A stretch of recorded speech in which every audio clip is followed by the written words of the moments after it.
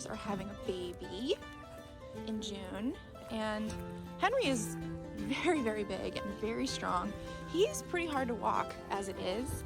His owner wants to be able to walk as she's pushing a baby carriage, and that is a completely reasonable expectation. She should not have to deal with a dog zigzagging, pulling, dragging her places, and he pulls really hard when he wants to, and he's pulling through a prong collar right now.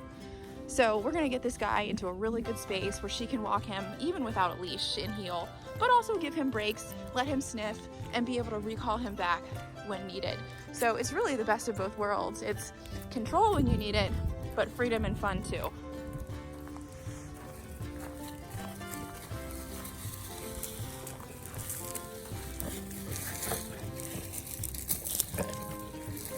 Come. Good. Sit. Good. You're all dirty now. You roll it in leaves? No. Sit. Good. So I just recalled him from free time. He was really enjoying that too. I'm gonna take time to gather my leash into the appropriate length for when I'm heeling. So I hold my leash like this with the handle in these two fingers, and then I do loose loops. So like that, like that,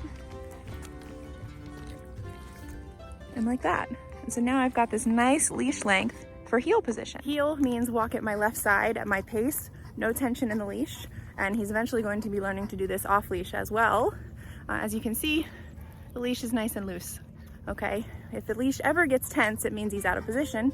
I'm going to tap on my e-collar and say heel, guide him back into position, okay? This is a much more pleasant way to walk a dog than before, where he was just constantly at the end of a tight leash. And if you didn't want to go in the direction he did, he was going to drag you there. Impossible to walk with a baby stroller, very dangerous as well. This is a much, much, much more pleasant way. And really you get the best of both worlds, because your walk is going to be nice and structured. He's really, essentially he's working. He's following us. But then when we get to a place where I want him to have free time and enjoy and sniff and go potty, I release him.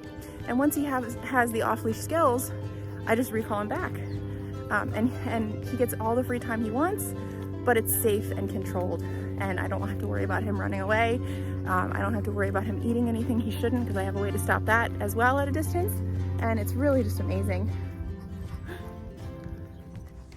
Recapping yesterday's sit-stay lesson by doing it in the grass.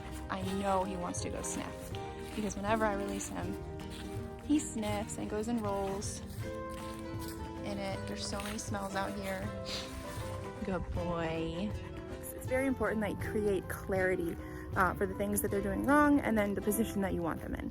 So when we teach heel to dog to walk next to us politely with a loose leash, anytime he moves out of this position, I'm going to say no. I'm going to tap the collar and guide him back, and then release pressure.